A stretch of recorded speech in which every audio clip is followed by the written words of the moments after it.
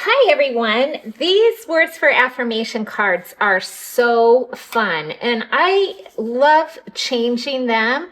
There's 12 of them. You can change them every month, but truthfully, I change mine more often. I just think it's so fun to kind of see what my week feels like. We'll be doing other words for affirmation for Christmas and Halloween and other holidays too. So you should have plenty if you do all of them to switch one a week. But this is our first set, and I want to show you how to do it just in case the instructions are a little tricky.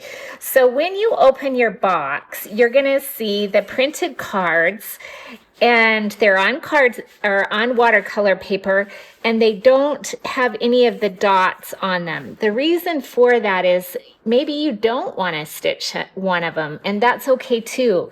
But you'll also receive a color copy that shows you where to put your dots. And is what I like to do with that is kind of set that guide down. And again, these are not exact. You can see even on this one that there's a small stitch and a larger stitch.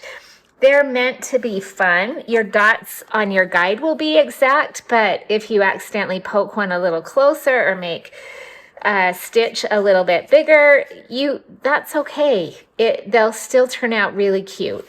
Okay, so this one I wanted to show you. So I've just penciled in how your dots will look on your printed stitch guide. So what you're going to do is you're going to go through and you're going to poke a hole. And I just poke it down like this, just down through it. And your dots are going to be little, so they're going to disappear when you do this.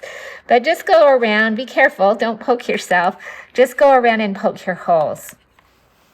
This one, you can either do a straight stitch or a back stitch. We wrote on the pattern a straight stitch, so I'm going to show you using that. So you're going to come through. I've got my thread and a knot in the bottom, and I just come up and down.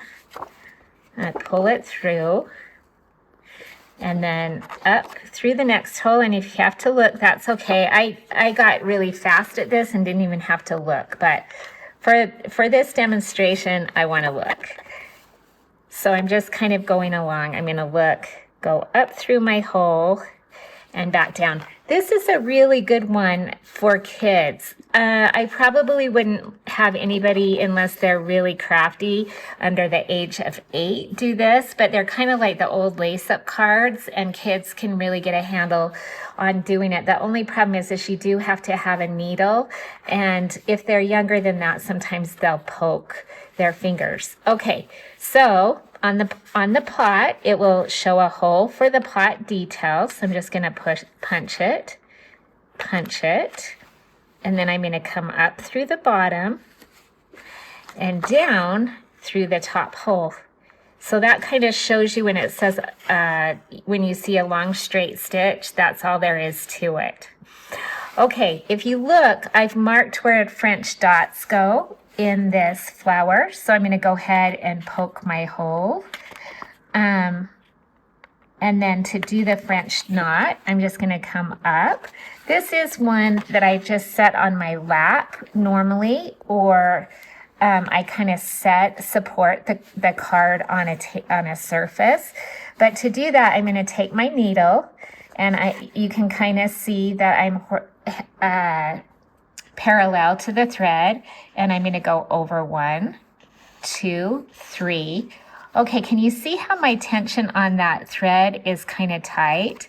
I hold it, and I'm kind of sliding my fingers back through. You want to hold the tension on that, or your French knot will come out. And then you just go exactly where you just came out and pull.